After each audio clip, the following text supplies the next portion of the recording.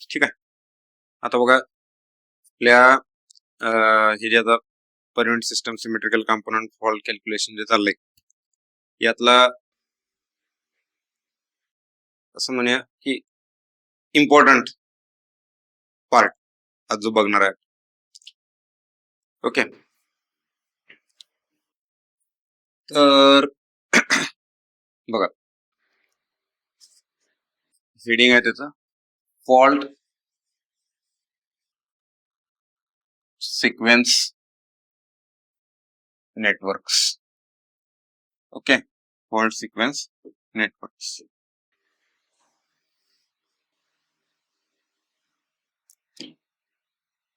Fault sequence networks.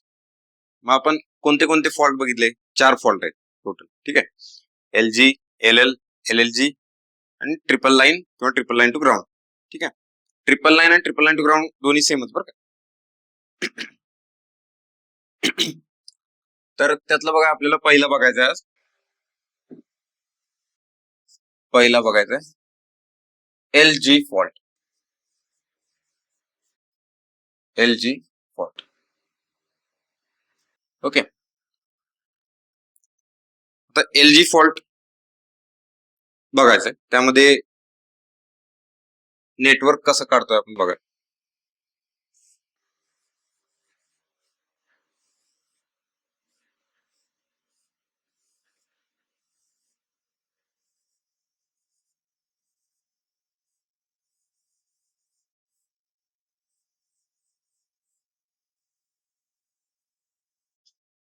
Okay, अशा पद्धतीचं network. Okay, आणि हा काय जनरेटर आहे. ER, EY, EB, ZR, ZY आणि ZB. ठीक आहे. ओके, आणि RYB असे 3 फेजेस आहेत. जनरेटर साइड दाखवलेली आहे. ओके, क्लिअर होते. स्टार कनेक्टेड जनरेटर, जनरेटरचा जनरेटिंग EMF आणि त्याचा इम्पिडन्स पर फेज जो इम्पिडन्स असेल तो. आता दाखवतोय आपण असं म्हणतोय त्याला ZR. नंतर नंतर तुम्हाला असं लक्षात येईल की त्याला ZR म्हणण्याच्या ऐवजी आपण XR म्हणायला चालू करतो. ठीक आहे, म्हणून ते लिहून पुसलं. काय टेन्शन घ्यायचं नाही. XR, XY आणि XB. तुम्ही आपले जे रेफरन्स बुक आहेत त्या रेफरन्स बुक मध्ये एकामध्ये तुम्ही Z बद्दल डिस्कशन ऐकताय, एकामध्ये X बद्दल डिस्कशन ऐकताय. ज्याला थोडं बेसिक माहित नसते ते इथं निम्म मरतय. ते म्हणते घ्यायचं कुठलं, X घ्यायचं का Z घ्यायचं. काय त्याच्यात बेसिक ट्रान्समिशन लाईनच्या बाबतीत आपण रेजिस्टन्स निग्लिजिबल मानतोय. त्याच्यामुळं जो आहे Z is equal to R plus JX. R एकदम निग्लिजिबल असतो, त्याला काही घेतलं काय नाही काय. ओके, मग बघा ही R फेज आहे, ही Y फेज आहे, ही B फेज आहे. आणि फॉल्ट कुठला आहे? LG फॉल्ट आहे, लाईन टू ग्राउंड. मग मी काय केलं, हा फॉल्ट केला. हे ग्राउंड आहे. ओके, ग्राउंडला टेकला फॉल्ट. Fault point. आता ज्यावेळी असा फॉल्ट होतोय, ठीक आहे, त्यावेळी लक्षात घ्या हा जो करंट आहे IR हा आता फॉल्ट मध्ये जाणार ना, म्हणून हा काय झाला फॉल्ट करंट. बरोबर, इकडे जाणारे करंट सगळे 0 झाले, करंट काय राहिले नाहीत. म्हणजे बघा मी इथं लिहितो वर इम्पॉर्टंट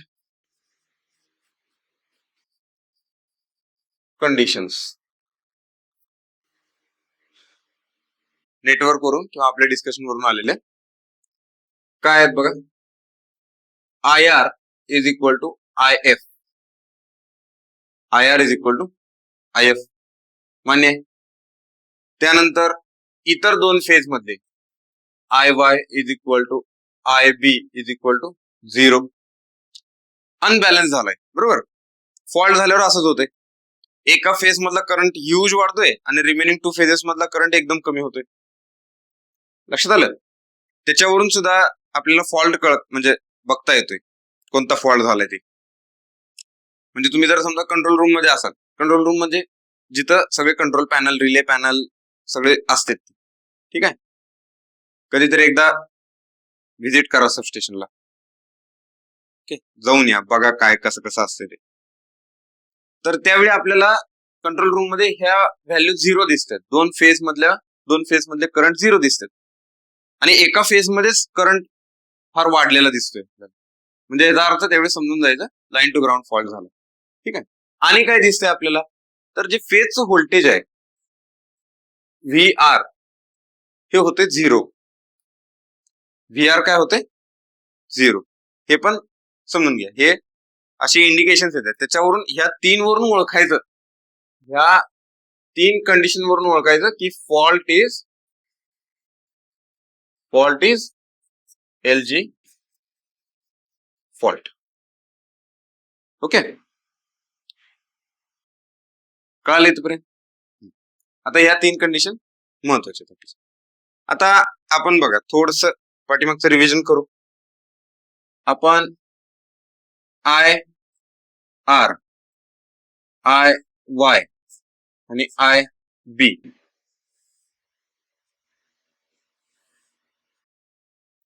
हा मॅट्रिक्स बघितला. काय बघितला सांगू शकताय? 1 1 1 1 1. हा, करेक्ट. ओके, आणि इथं काय येणार? I R 1. बघा बरं, विचार करा. आय आर 0 येणार ना पहिला.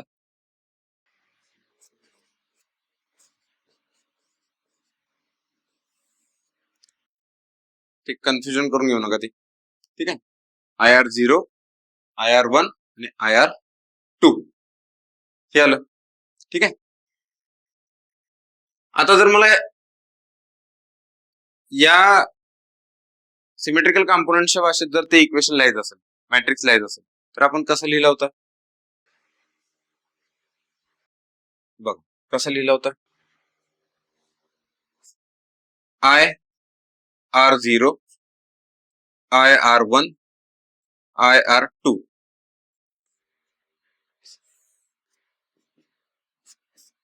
1/3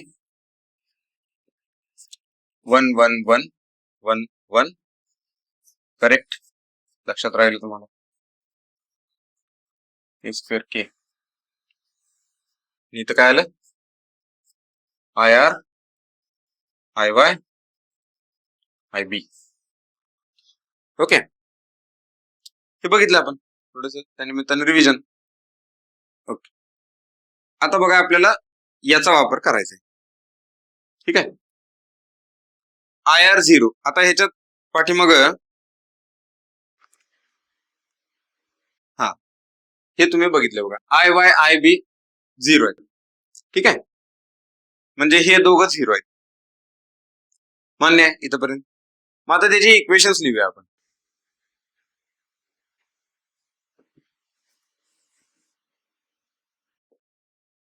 हा, इक्वेशन्स लिहूया बघा.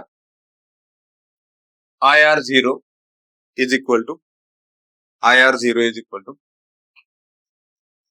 I R plus I Y plus I B divided by 3. हा 1/3 आहे ना बाहेर, डिवायडेड बाय 3 तो आला आय आर 0.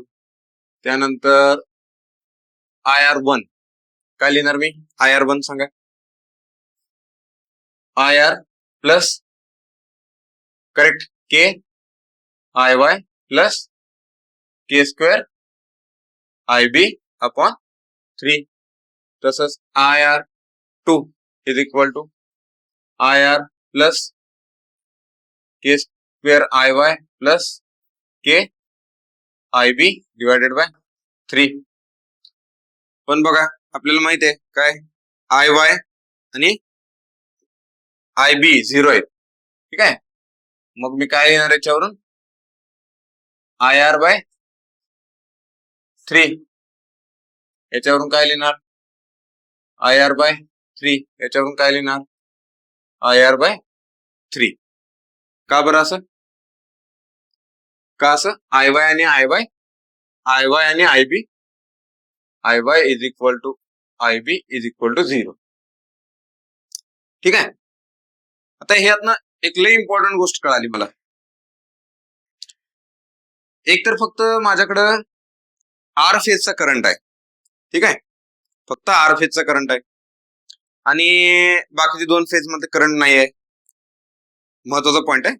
आणि त्यानंतर आय आर 0, आय आर 1 आणि आय आर 2 म्हणजे 0 sequence component of R phase current, positive sequence आणि निगेटिव्ह सिक्वेन्स यांची सगळ्यांची व्हॅल्यू आय आर बाय 3 आहे. ठीक आहे, मग मी असं लिहू शकतो का त्यातनं बघा I R 0 is equal to I R 1 is equal to I R 2 is equal to I R by 3 that is equal to IF by 3. That is equal to IF by 3. Okay, हा हे महत्वाचं आहे.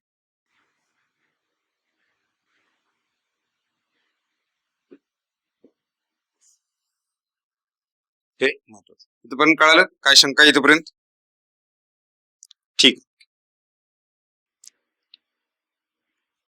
IF by 3. मग बघा पुढे जाऊया आपण आता. हा अजून एक पाठीमाग यात अजून एक आपण कंडिशन काय म्हणले बघा, V R is equal to 0. ठीक आहे, व्ही आर ची व्हॅल्यू 0. आता त्याच्यावरून काय अजून मिळते बघा आपल्याला, हा as we know that VR is equal to 0. VR is equal to 0. ठीक आहे, मग VR काय लिहितो आपण VR 1 plus VR 2 plus VR 0 is equal to 0 is equal to VR आहे. असंच लिहितो ना VR हे व्होल्टेज कसं बनलेलं असते, positive sequence, negative sequence, 0 sequence current का 0 सिक्वेन्स व्होल्टेज. ओके, आता कालचं जरा सेशन आठवा. कालच्या सेशन मध्ये आपण जनरेटरचे पॉझिटिव्ह, निगेटिव्ह आणि 0 सिक्वेन्स सर्किट्स बघितले. आठवत आहेत का? हा कळालं नाही चुकू नका क्लास, पण ठीक आहे. सर्किट्स बघितले आपण. बघा काय बघितलं सर्किट, हे असं इथं होता हा VR1, इथं होता AR1, इथं होता X01, इथं काय होता हा IR1. बरोबर, हे असं VR1 होतं. त्यानंतर VR2 साठी काय होतं, फक्त एवढंच होतं VR2 IR2 आणि X02. हा करेक्ट, काय होतं 3ZN. आता लक्षात घ्या 3ZN कधी येणार बघा, तो पण चांगला पॉइंट आहे. ओके, आता इथं फॉल्ट झालाय. ओके, जर समजा फॉल्ट पॉइंट इम्पिडन्स असेल इथं, याला समजा हा असेल ZF, हा काय फॉल्ट पॉइंट इम्पिडन्स आहे. फॉल्ट पॉइंट इम्पिडन्स म्हणजे काय, ह्याचा अर्थ काय, समजा प्रत्येक वेळेला लाईन तुटून जर जमिनीवर पडली तर तिथली जमीन जर म्हणजे एकदम त्याच्यात पाणी चांगलं आहे, मिनरल्स चांगले आहेत, तर तिथला रेजिस्टन्स 0 येणार, बरोबर. पण समजा मुरमाची जमीन असेल, त्या जमिनीत पाण्याचं प्रमाण कमी आहे, अशा ठिकाणी त्या जमिनीचा रेजिस्टन्स जास्त असणार आहे, बरोबर आहे. रेजिस्टन्स जास्त असला तर फॉल्ट पॉईंट इम्पिडन्स येणार. लक्षात आलं? हा एक पॉईंट आहे, लक्षात घ्या. आता इथं हा जो पॉईंट आहे आपला, हा ग्राउंड असतोय, न्यूट्रल पॉईंट ग्राउंड असतो. आता समजा न्यूट्रल पॉईंट ग्राउंड करताना जर एखादा इम्पिडन्स असेल, जर इम्पिडन्स थ्रू आपण जर ग्राउंड केला असेल,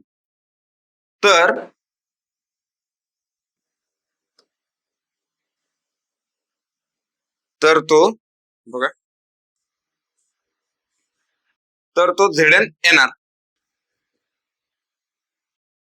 तर तो झेडएन येणार. ओके. आणि हे सर्किट कसं कम्प्लीट होते, असं कम्प्लीट होते. जर न्यूट्रल पॉईंटचा इम्पिडन्स आपण घेतला तर तो येणार 3Zn, जर नाही घेतला तर नाही येणार. लक्षात येते का? घेतला तर येणार, नाही घेतला तर नाही येणार. समजलं तुम्हाला? या दोन गोष्टी लक्षात घ्या. आता तो Zn आहे, आता ह्याच्याकडे पण तुम्हाला लक्ष द्यायचं. दोन गोष्टी आल्या, आता तुम्ही बोलला म्हणून ते आला आता, पण आता पुरतं आपल्या डिस्कशन मध्ये त्याला घेऊ नका, या ZF ला घेऊ नका. ZF कुठे येतोय बघू, फक्त लक्षात ठेवा इथे येऊ शकतोय, इथं येऊ शकतोय, ठीक आहे. आणि तिथं Zn आहे, जर तुम्ही Zn घेतला, ठीक आहे, त्याचा पुढं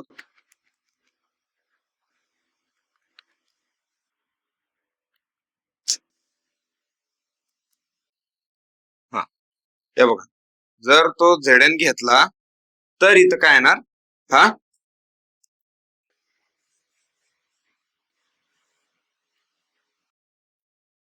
Z0 आणि 3Zn.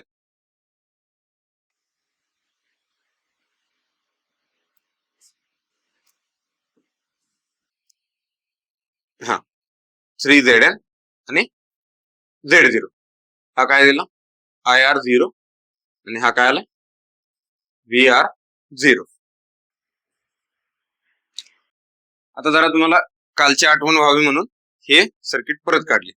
आता मी तुम्हाला म्हणले या Z0 आणि X0 बद्दल लई लोड घ्यायचं नाही, ठीक आहे, लई लोड घ्यायचं नाही.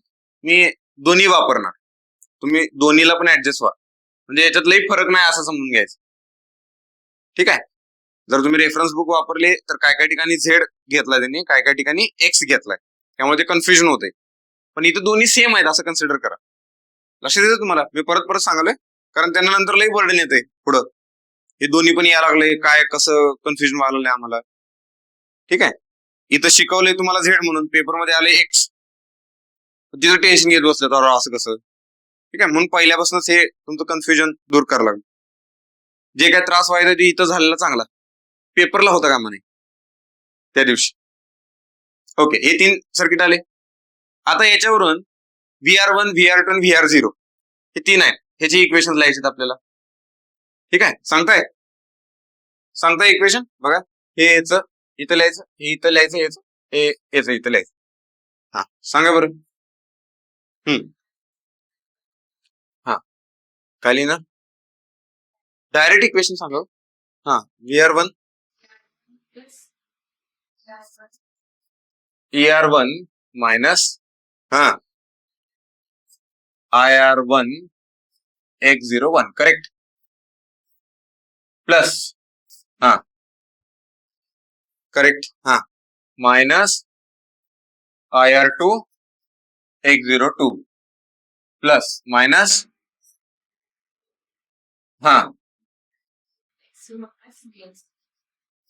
IR0 X0 plus XN is equal to 0, ठीक आहे. आता आपण काय बघितलं, IR1, IR2 आणि IR0 तिन्ही सेम आहेत. पाठीमागे बघितलं आपण, बघा इथं बघितलं, IR0, IR1, IR2 सेम आहे. मग त्याच्या जागी सगळ्या जागी IR1 लिहितो मी. ओके, म्हणजे बघा ER1 minus IR1 X01 minus IR1 X02 minus IR1 x0 plus 3xn, ठीक आहे, इज इक्वल टू 0. मग हे इक्वेशन थोडंसं रिअरेंज केलं तर काय मिळालं मला, ER1 is equal to IR1 x01 plus x02 plus x0 plus 3xn, ठीक आहे, हे इक्वेशन मिळालं. आणि त्याच्या पुढे जाऊन IR1 is equal to ER1 divided by x01 plus x02 plus x0 plus 3xn. आता बघा, जो तो फॉल्ट पॉइंट इम्पिडन्स घेतो ना आपण, जर तो फॉल्ट पॉइंट इम्पिडन्स काय आहे, सिरीज मध्ये, लक्षात आलं, कुणाच्या, फॉल्ट सर्किट, फॉल्टच्या सिरीज मध्ये येतो, बरोबर. तो जर आला नेटवर्क मध्ये तर तो कुठे येणार आहे, इथं येणार आहे, प्लस 3xf, सॉरी 3 नाही, 3 कसं येईल, xf फक्त, xf, ओके. याला आपण म्हणू फॉल्ट पॉइंट रिएक्टन्स और इम्पिडन्स. क्लिअर झालं, ओके. आता याच्यावरून काय लक्षात येते आपल्याला, हे बघा, हे फार महत्वाचे पॉइंट आले ते, ठीक आहे. हा, आपली हेडिंग काय आहे, परत एकदा तुम्हाला आठवण करून देतो. हेडिंग काय आहे, fault sequence network, LG fault आहे, त्याचा आपल्याला सिक्वेन्स नेटवर्क काढायचं.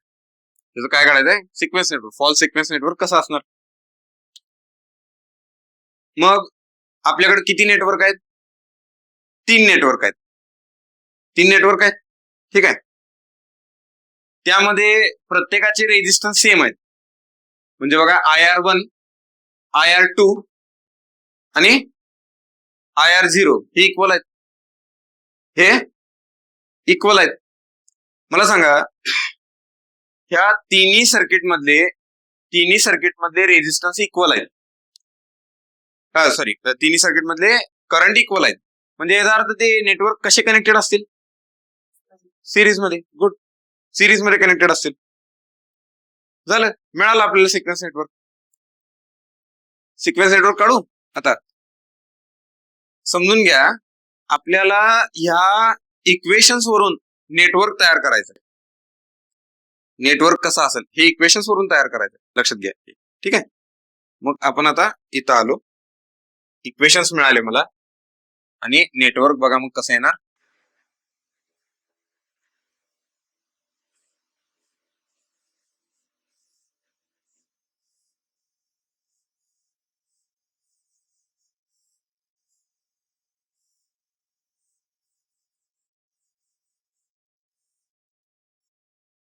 ओके, हे positive sequence network, negative sequence network, zero sequence network, ठीक.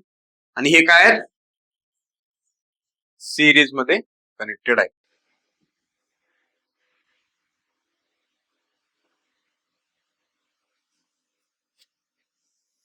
हे बघा, सिरीज मध्ये कनेक्टेड आहे. जर फॉल्ट पॉइंट इम्पिडन्स काय नसेल, बघा, जर फॉल्ट पॉइंट इम्पिडन्स काय नसेल तर हे असं कम्प्लीट शॉर्ट. जर फॉल्ट पॉइंट इम्पिडन्स असेल तर इथं तुम्ही ZF लावा किंवा XF लावा, ठीक आहे, XF, ओके. मग बघा, हा काय झाला, ER1 X01, हा काय IR1, हा काय IR2 X02, इथं आहे VR2, इथं आहे VR1, ओके, इथं आहे VR0, IR0, 3xn, X0, ठीक आहे, X0, लक्षात आलं. हे आपलं नेटवर्क. ओके, आणि हा काय असणार आहे? हा बघा IF/3 असणार आहे. IF/3 लक्षात आलं? हे आपलं असं सिक्वेन्स नेटवर्क तयार झालं. इथपर्यंत काय शंका? एक्झामला ही असते, हे विचारलं जाते. आता बघा हे शिकलो आपण, ठीक आहे, हे सगळं बघितलं असं, एवढं सगळं बघितलं. एक्झामला काय विचारते त्याच्यात? एक्झामला विचारते हे त्या कंडिशन्स. LG फॉल्ट झाल्यानंतर काय काय दिसतंय तुम्हाला, काय काय होतंय त्यावेळी सिस्टम मध्ये, काय काय होतंय हे विचारतात, ठीक आहे. त्यानंतर ही कंडिशन एक्झामला विचारते, हे एक विचारलं जाते, ठीक आहे. आणि त्यानंतर सिक्वेन्स नेटवर्क बद्दल विचारलं जाते. नेटवर्क हे सिरीज मध्ये कनेक्टेड आहे का पॅरलल मध्ये कनेक्टेड आहे, कसं? तर 3 सिक्वेन्स नेटवर्क हे सिरीज मध्ये कनेक्टेड आहे. लक्षात आलं? एवढं विचारलं जातं. ओके, आता ठीक आहे. मग बाकीचं बघा, बाकीचं जर आपण लिहायचं म्हणलं IF पर युनिट, काय लिहितो आपण? IF actual upon IF base, IF base, ठीक आहे. मग S बेस काय लिहितो आपण? √3 VL IL, √3 VL IL, ठीक आहे. हे बेस व्हॅल्यू घेतली, मग त्या S बेस म्हणजे IF बेस काढायचा आपल्याला. मग त्याच्यावरून तुम्ही हे कसं घेऊ शकताय? बेस व्हॅल्यू IF बेस कसं घेणार तुम्ही? V बेस किंवा S base divided by V base, S base divided by V base. तर हे काय बाकीचं तुम्हाला माहितच आहे, ठीक आहे. आणि इथं IL is equal to I base, ठीक आहे. बाकीच माहितीच आहे, ठीक आहे, या गोष्टी. तर असं ही व्हॅल्यू काढायची. ओके,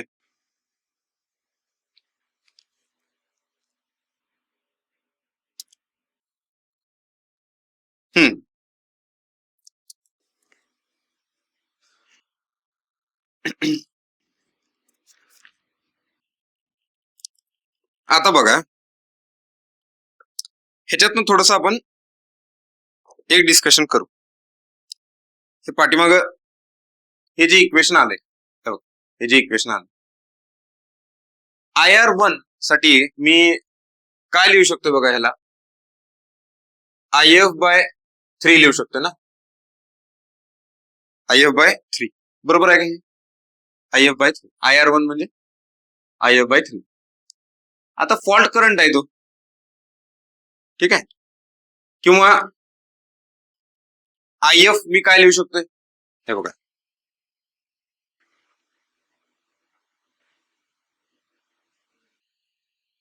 हा IF काय लिहू शकतोय?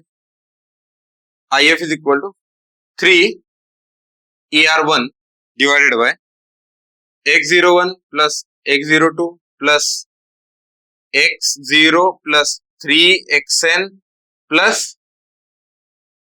XF, हे लिहू शकतोय, बरोबर. आता मला फॉल्ट करंट कमी करायचा आहे, ह्याच्यावरून कळते तुम्हाला फॉल्ट करंट कमी करायचा आहे. काय करायला लागेल मला? इथं तुमच्या हातात काय आहे सांगा, यातलं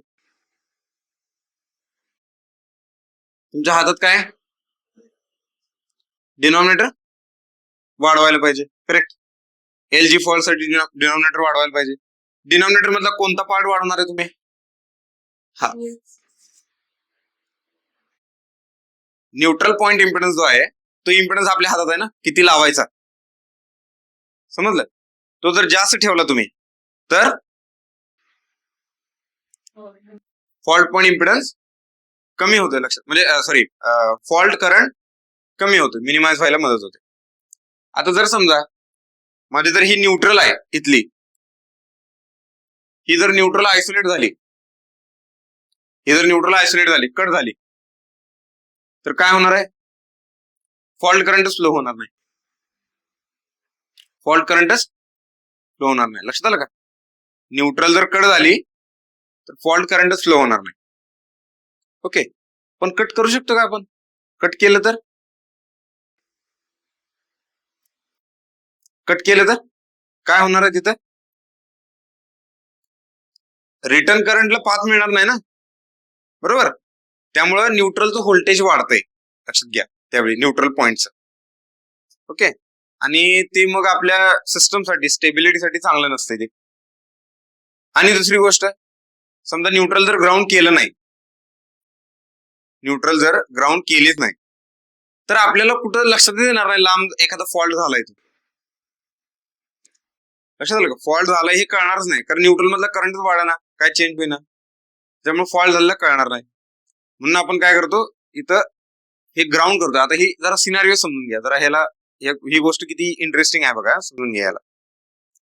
जनरेटर कुठं असते? हे लांब लांबच्या ठिकाणी असतात, जिथं पॉवर प्लांट आहे तिथं जनरेटर असतं. ठीक आहे, तिथं त्याची न्यूट्रल आहे आणि तिथं त्या स्टेशन मध्ये ग्राउंड केलेली आहे जनरेटरची न्यूट्रल. ओके, फॉल्ट कुठं झालाय? 100-200 किलोमीटर लांब झालाय, बरोबर? याच्यावर एक रिले असतोय, इथं फॉल्ट झालाय 100-200 किलोमीटर लांब. फॉल्ट कुठला झालाय? लाईन टू ग्राउंड, ग्राउंडला टेकल्या वायर, आणि इथं करंट वाढलेलं दिसतोय आपल्याला. ठीक आहे, कारण ग्राउंड थ्रू सर्किट कम्प्लीट होतंय आणि मग काय होतं, जिथं जनरेटर आपला बंद करतो, म्हणजे स्विच ऑफ होतो त्यावेळी. म्हणजे जिथं जनरेटरला आपण सिग्नल देतो, जिथल्या ब्रेकरला, बाबा LG फॉल्ट झालाय कुठं तर. ठीक आहे, आणि लक्षात घ्या जनरेटरच्या बाबतीत ना, LG fault is very much severe. आपण आता ट्रान्समिशन लाईनच्या बाबतीत बघायला लागलोय काय, की ट्रिपल लाईन टू ग्राउंड किंवा ट्रिपल लाईन फॉल्ट हा सगळ्यात सिव्हिअर म्हणतो ट्रान्समिशन लाईनच्या बाबतीत. पण जनरेटरच्या बाबतीत सगळ्यात सिव्हिअर असतो, सगळ्यात डेंजर असतो LG फॉल्ट. LG फॉल्ट जर झाला जनरेटरच्या बाबतीत, लिहून ठेवा, हे फार महत्वाचं आहे. जनरेटरच्या बाबतीत जर LG फॉल्ट झाला तर त्याचे एवढे म्हणजे फायनान्शियल लॉसेस आहेत जनरेटरच्या बाबतीत की ते रिकव्हर होत नाहीत लोक. ओके, म्हणून मग जनरेटरच्या बाबतीत सिव्हिअर फॉल्ट कुठला आहे? LG fault. आणि ट्रान्समिशन लाईनच्या बाबतीत सिव्हिअर फॉल्ट कुठला आहे? ट्रिपल लाईन फॉल्ट किंवा triple line to ground fault. ठीक आहे, ओके. म्हणून बघा, म्हणून ह्याचं काय असतं, ह्याचा इम्पिडन्स आपल्याला कमीत कमी ठेवायचा असतो. आता आपल्याकडे 2 चान्सेस आहेत बघा. ह्यासाठी आपण ग्राउंड करताना ना रिएक्टन्सने ग्राउंड करतो, लक्षात घ्या. यासाठी आपण ग्राउंड करतो कारण रिएक्टन्सची एक फार चांगली प्रॉपर्टी आहे. काय? ज्यावेळी काय, येस, गुड, एक नंबर. रिएक्टन्सची फार चांगली प्रॉपर्टी आहे. काय, करंट जर सडनली चेंज व्हायला लागला तर तो करंटला अपोज करतोय म्हणजे हेवी अपोजिशन प्रोव्हाइड करतो तो करंटला, समजलं? आणि करंट जर नॉर्मल झाला तर तो मग त्याला इझिली फ्लो करू देतोय. ठीक आहे, म्हणून रिएक्टन्सने ग्राउंड करतात, रेझिस्टन्सने ग्राउंड करत नाहीत, लक्षात घ्या. जनरेटर जो आहे तिथं, कारण दोन्ही पर्पज सॉल्व्ह होतात त्याच्यात. लक्षात आलं? ओके.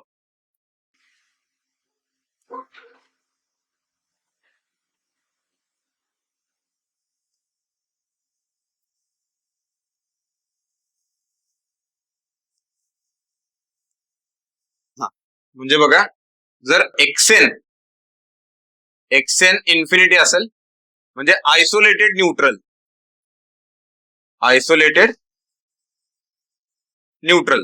तर काय होतं, IF इज इक्वल टू 0.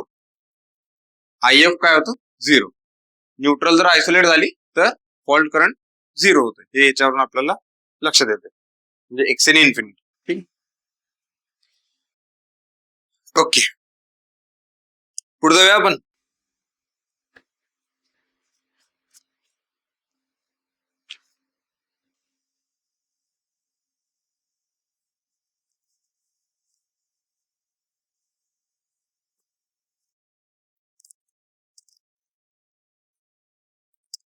इथपर्यंत कळालं का?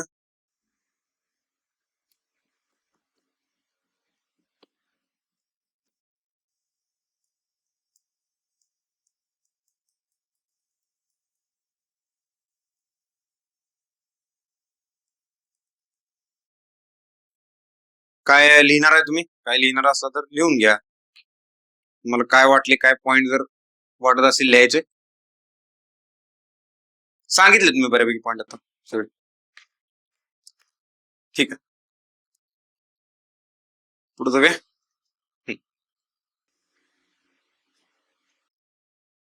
पुढे जाऊया, कळालं? हा,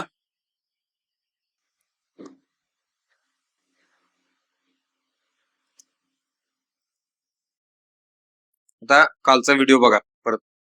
त्यात सांगितले 3xn कुठने येते ते. कारण आपण काय घ्यायला लागलोय, न्यूट्रल पॉइंट इम्पिडन्स आहे तो xn घ्यायला लागलोय फक्त. इथं त्या डायग्राम मध्ये जर बघितलं zn किंवा xn घेतलं आपण, ठीक आहे. म्हणजे 3 काय यायला लागला ते काल सांगितलं मी. काल बघा एकदा, कालचा व्हिडिओ बघा परत.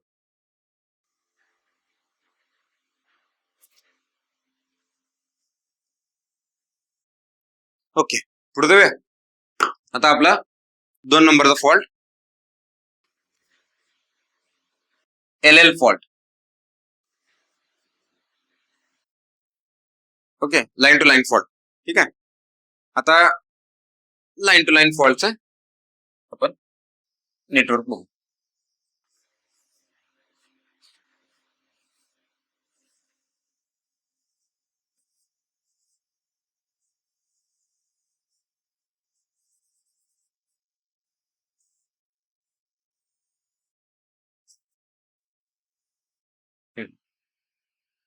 बघ, आता मी इथं काय करतो, Z01, Z02, सॉरी Z0 कसं काय नाही, Z01 कसं, ZR, ZY, ZP, ER1, EY1 आणि EB1. ठीक आहे. आणि मॅग्नेट्यूड सेमच असते ठिकाणचे, पॉझिटिव्ह सिक्वेन्स व्होल्टेजेस आहेत ते. ओके, ठीक आहे. आता बघा, फॉल्ट कुठला आहे, लाईन टू लाईन. ठीक आहे. हा, फॉल्ट कुठला आहे, लाईन टू लाईन, म्हणजे या 2 लाईनला फॉल्ट दाखवतो. ओके, हा काय, फॉल्ट करंट. ठीक आहे. हा कुठला आहे, IY, IB, IR. ठीक आहे. आता VY आणि VB.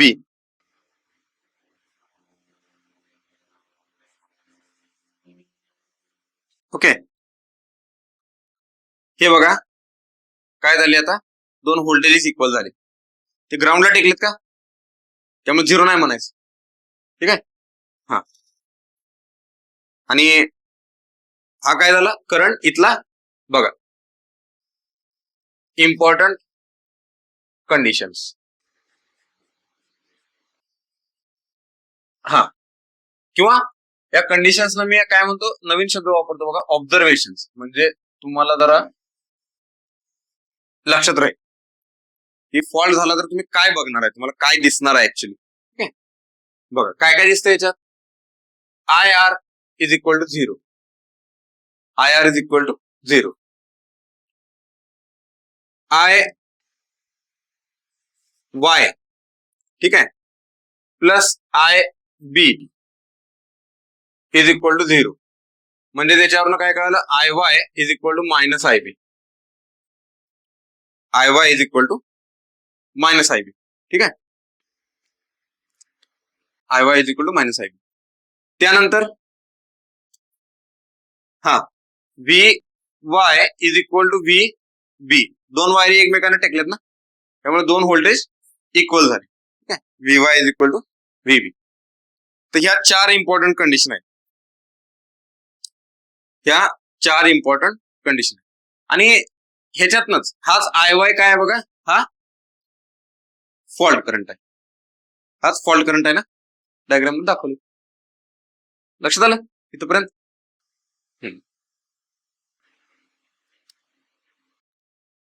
ओके, बघा आता पुढे जाऊया. मग मी ही इक्वेशन लिहिली होते. IR0 is equal to IR plus IY plus IB divided by 3 divided by 3. हे कळालं ना इक्वेशन कुठून आले ते? महेश लिहिला चार्ट दाखवला तो. IR1 सांगा. हा, के का के square?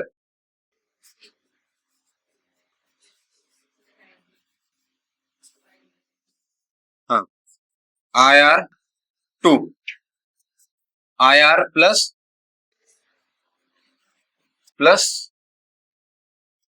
K IB divided by 3 divided by 3. क्या है आता यात काय शंका नाही. 2 बघा काय 0 आहे, IY is equal to minus IB आणि IR 0 आहे, ते आपण टाकूया त्यात. ठीक आहे, हा काय आलं बघा, हे दोघं अपोजिट आहेत. मग हा झाला 0 plus IY minus IY divided by 3 0. काल काय तर सांगितलं होतं मी, ग्राउंड इन्व्हॉल्व आहे का याच्यात? नाही. 0 सिक्वेन्स कॉम्पोनंट आला 0, 0 सिक्वेन्स करंट नाही आला. बघा एक्झामला असलंच विचारतात. ओके, या लेवलची तयारी झाली का तुमची? कुठल्या एक्झाम राहत नाही क्रॅक व्हायची, 100% होणार. कुठली पण येऊ दे, कुठली पण एक्झाम. जरा फक्त प्रॉब्लेम प्रॅक्टिस करा, गेट पण हातात येते तुमच्या. ठीक आहे, गेट साठी कन्सेप्च्युअल क्लिअरिटी तर लागते, प्लस प्रॉब्लेम प्रॅक्टिस एक जास्त लागते. ठीक आहे, हे जर करू शकला तेवढं. गेट साठी म्हणलं तर आपल्याला जरा जास्त वेळ द्यायला लागतो, 1.5 वर्ष किंवा 2 वर्ष द्यायला लागतो. प्रॉपर एकदम शांत डोक्यानं जर करायचं असेल गेट, चांगल्या मार्कांनी जर पास व्हायचं असेल तर 1 वर्ष स्टडी करायचा, कन्सेप्च्युअल स्टडी, आणि 1 वर्ष प्रॉब्लेम प्रॅक्टिस, नुसती प्रॉब्लेम प्रॅक्टिस करायची. ठीक आहे, चल इथं काय येणार, 0 प्लस IY, मी असं लिहू का, के मायनस के स्क्वेअर. हा, के मायनस के स्क्वेअर. इथं काय लिहिणार, 0 plus IY correct divided by 3. आता के स्क्वेअर मायनस के ची व्हॅल्यू सांगा मला. करा करा करा करा लवकर, के स्क्वेअर मायनस के ची व्हॅल्यू सांगा.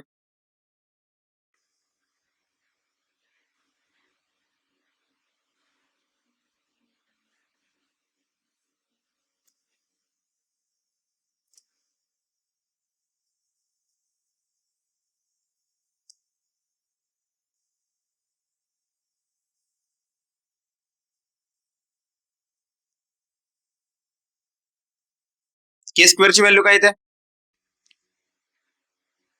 -0.5 मायनस 0.866 जे, आणि के ची व्हॅल्यू काय येते, -0.5 प्लस 8 प्लस जे 0.866.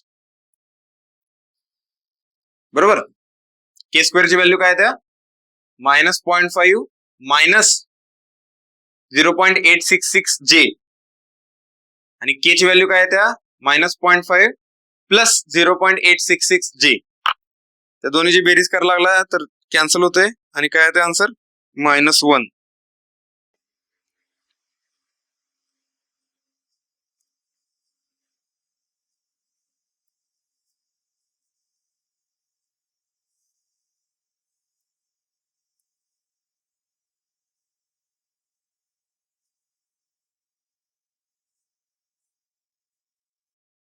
ठीक आहे. काय येतं बघा,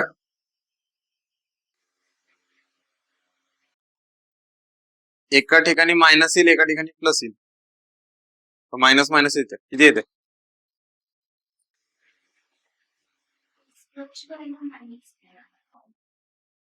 के स्क्वेअरची व्हॅल्यू -0.5 मायनस 0.866 जे, हा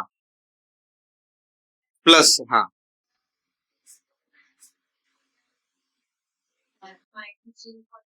हा ठीक आहे, ठीक. ओके ओके, जे वाली येते का? ठीक आहे, ठीक आहे.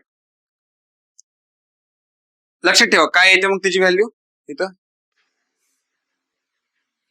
हा.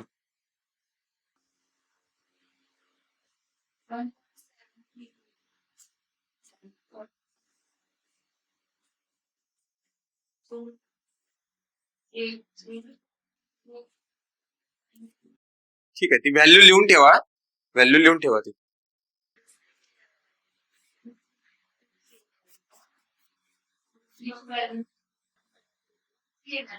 ओके, हा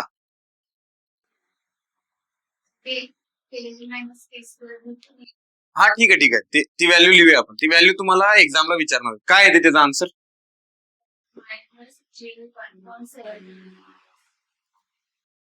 ह्याची व्हॅल्यू, हा हा डिवायडेड बाय 3.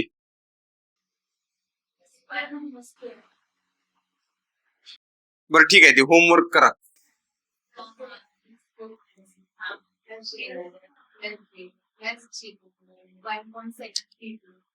तुम्हालाच लिहायला लागतं काय एकदा 0.5 मायनस ती प्लस झाली आणि ती मायनस मायनस जे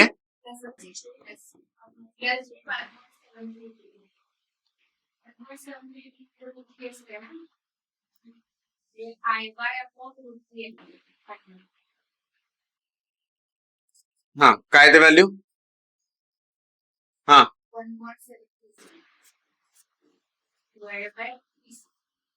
ओके. आणि याची काय येते,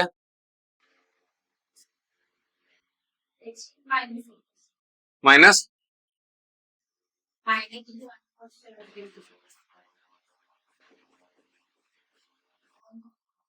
3.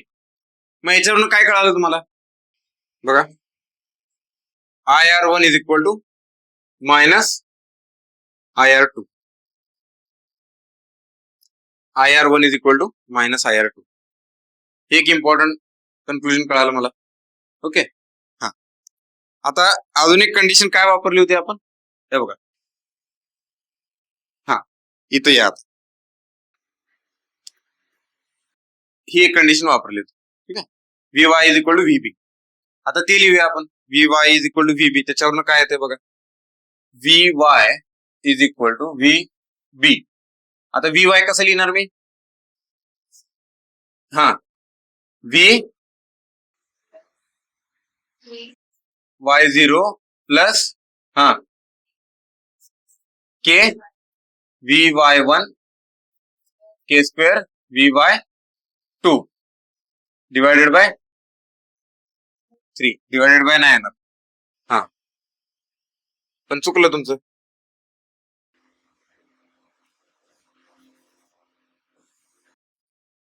काय येणार इथं, K स्क्वेअर येणार, इथं K येणार.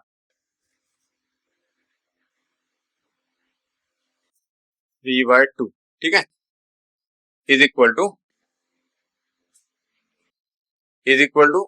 VB0 plus K VY1 plus K square,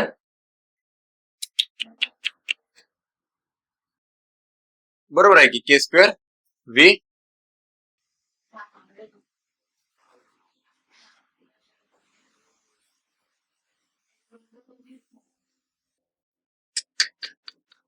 K square आपण VY च्या भाषेत लिहितो का, कारण VR0 लिहितोय. K square VR1 plus K VR2 is equal to VR0 plus K VR1 plus VR2. ठीक आहे, इथे के स्क्वेअर येते. हा, आता काय लिहिलं मग बघा, हे कॅन्सल झालं, हे कॅन्सल झालं. अजून पुढं हा सांगा, K square minus K VR1 is equal to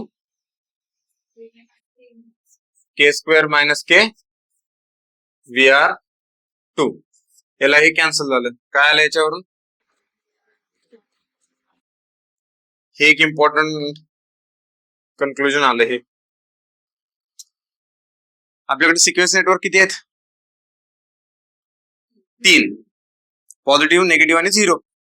त्यात पॉझिटिव्ह आणि निगेटिव्ह सिक्वेन्स नेटवर्क आले आणि ते दोन्ही व्होल्टेजेस त्याचे सेम आहेत. याचा अर्थ काय, व्होल्टेजेस सेम कधी असतात, ज्यावेळी नेटवर्क पॅरलल मध्ये असेल त्यावेळी, बरोबर.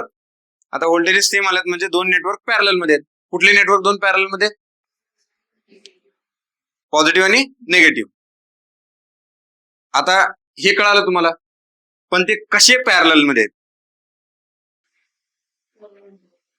कारण त्यांचे अपोजिट आहेत, म्हणजे ते अँटी पॅरलल नेटवर्क आहेत. लक्षात आलं का, हे अँटी पॅरलल नेटवर्क आहेत. दोघांचे करंट एकमेकांना अपोज करायला लागलेत.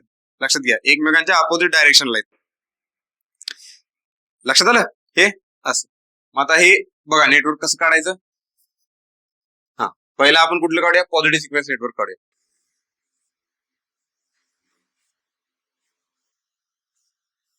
ओके, हे नेटवर्क काढलं. दुसरं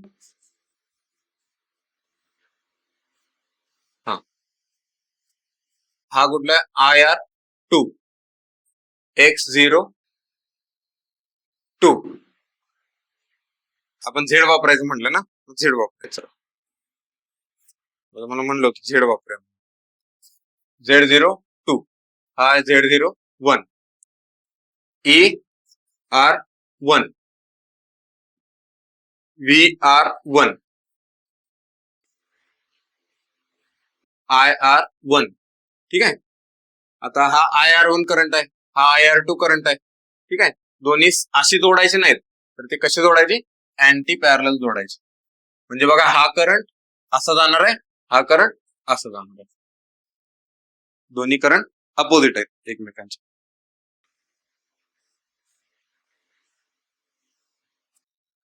ओके, यस. हे काय असणार आहे, VR2.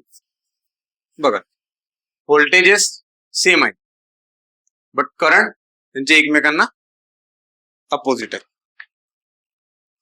लक्षात आलं, दोन्ही गोष्टी मॅच झाल्या. ठीक,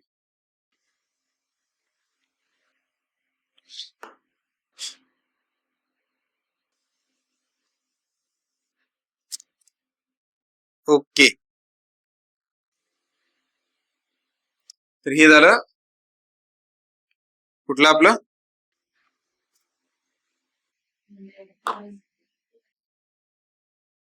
लाईन टू लाईन फॉल्टचं सिक्वेन्स नेटवर्क. ओके, इथपर्यंत कळालं तुम्हाला. ठीक,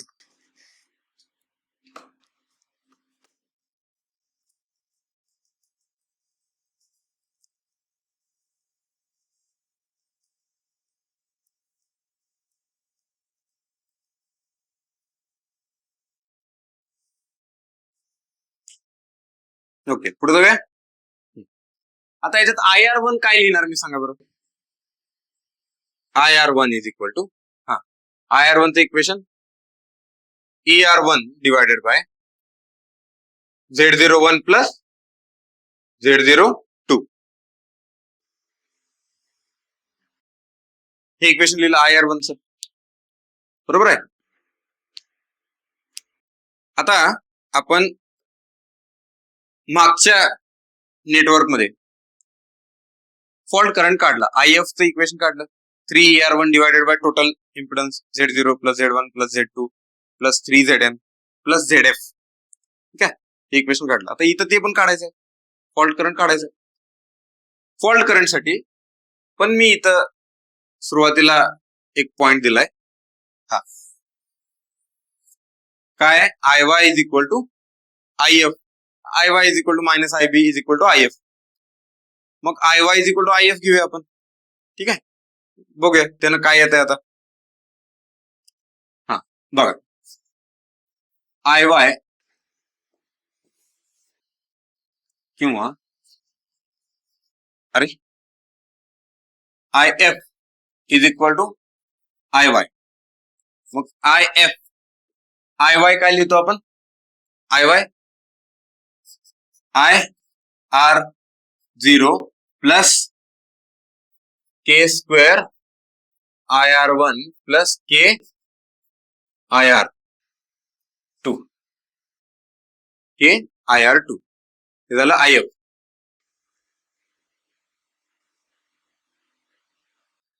ओके, मग त्यानंतर अजून आपल्याला काय करता येते बघा त्याच्यात. याच्यात काय कुठला? येस, अपोजिट आहे. अजून आय आर 0 0 आहे कारण ग्राउंड इन्व्हॉल्व नाही आहे त्याच्यात. ठीक आहे, as ground is not involved in fault, so I R 0 is equal to 0 आणि I R 1 is equal to minus I R 2. हे बघितलं आपण, I R 1 is equal to minus I R 2. मग आय एफ बद्दल काय लिहिणार मी? I F बद्दल हा K square minus K I R 1, बरोबर आहे. के स्क्वेअर मायनस के ची व्हॅल्यू काय आली होती सांगा बरं? हा सांगा. जे मायनस आली होती का प्लस आली होती? डिवायडेड बाय 3 नाही. ठीक आहे, minus I R 1 I F. ठीक आहे, आय एफ ची व्हॅल्यू काय आली होती?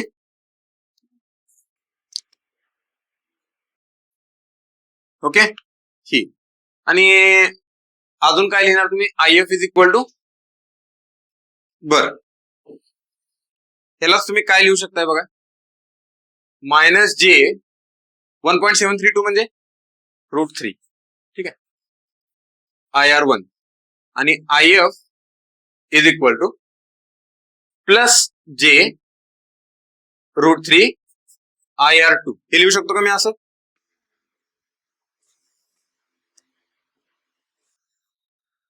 ओके, हे व्हॅल्यू लिहिली. आता आय आर 1 काढलेला आहे मी, आय आर 1 इथं काढलेला आहे. ठीक आहे, त्याच्यावरून मला आय एफ चे इक्वेशन लिहिता येते. I F is equal to minus J √3 into E R 1 divided by Z01 plus Z02. आणि हे तुम्हाला एक्झामला विचारलं जाते बघा, फॉल्ट करंटची व्हॅल्यू काढा असं विचारलं जाते. ठीक आहे, हे दिलेलं असते, हे दिलेलं असते, हे दिलेलं असते. आता जर मॅग्निट्यूड तुम्हाला घ्यायची असेल नुसती, मॅग्निट्यूड नुसती घ्यायची असेल फॉल्ट करंटची, तर फक्त √3 घ्यायचं, मायनस घ्यायचं नाही, संपलं. कळालं का? हे एवढं. ओके, तर हा एक पॉइंट एक्झामच्या दृष्टीनं महत्वाचा.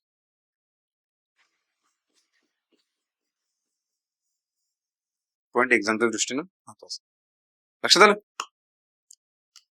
तर एवढं आपलं हे डिस्कशन आहे. काय शंका यामध्ये? ओके, तर आपलं पण आजचा पॉइंट झालाय शिकून, थांबूया आपण पण. ठीक आहे, म्हणजे उद्या, कारण पुढचा पॉइंट आहे, मला त्याच्यासाठी अर्धा तास लागणार आहे. ठीक आहे, मग उद्या, हा उद्या कम्प्लीट होते आपले हे. उद्या पण 2 सिक्वेन्स नेटवर्क आहेत, एक कुठला डबल लाईन टू ग्राउंड आणि triple line to ground. Double line to ground आणि ट्रिपल लाईन टू ग्राउंड एवढंच आहे. उद्या हे झालं की सिलेबस झाला. हे सिक्वेन्स नेटवर्क लक्षात ठेवा. यातले प्रत्येक हे जे आहेत आता 8 पेजेस लिहिलेले आहेत, प्रत्येक पॉइंटवर क्वेश्चन आहे, प्रत्येक पॉइंटवर. ठीक आहे, लक्षात घ्या. त्यामुळे हे तुम्हाला स्किप करायचं नाही. मी तुम्हाला म्हणलं ना काय काय इम्पॉर्टंट असेल, काय काय पॉइंट गोष्टी इम्पॉर्टंट असेल. तर या एंटायर चॅप्टर मध्ये 3 गोष्टी सगळ्यात इम्पॉर्टंट आहेत. जर समजा तुम्हाला उद्या परवा एक्झाम आहे, तुम्हाला एक्झामला जायचं आहे, तर त्या 3 गोष्टी यातल्या मॅन्डेटरी तुम्हाला माहित पाहिजेत. कुठल्या? हे सिक्वेन्स नेटवर्कचे पॅरामीटर्स पहिलं. दुसरं, ट्रान्सफॉर्मरचे झिरो सिक्वेन्स नेटवर्क, काल जे बघितलं आपण ट्रान्सफॉर्मरचं झिरो सिक्वेन्स नेटवर्क, हे एक माहित पाहिजे. आणि तिसरं, पर युनिटचे फॉर्म्युले. पर युनिटचे फॉर्म्युले, जे पर युनिटचे आपण स्टार्टिंगला फॉर्म्युले बघितले, ठीक आहे, व्होल्टेजच्या भाषेत आणि पॉवरच्या भाषेत. Per unit old, per unit new, हे जे फॉर्म्युले बघितले आपण, ते फॉर्म्युले इम्पॉर्टंट. म्हणजे एकच फॉर्म्युला आहे, ते 1-2 फॉर्म्युले आहेत त्यातले, ते फॉर्म्युले इम्पॉर्टंट. हे 3 गोष्टी ह्यातल्या सगळ्यात जास्त इम्पॉर्टंट ह्या चॅप्टर मधल्या. हे आपलं पॉवर सिस्टम 2 आहे. पॉवर सिस्टम 2 इथं संपते. लक्षात आलं? तर उद्या कम्प्लीट होईल आपलं. ठीक आहे, थांबूया मग आपण इथं.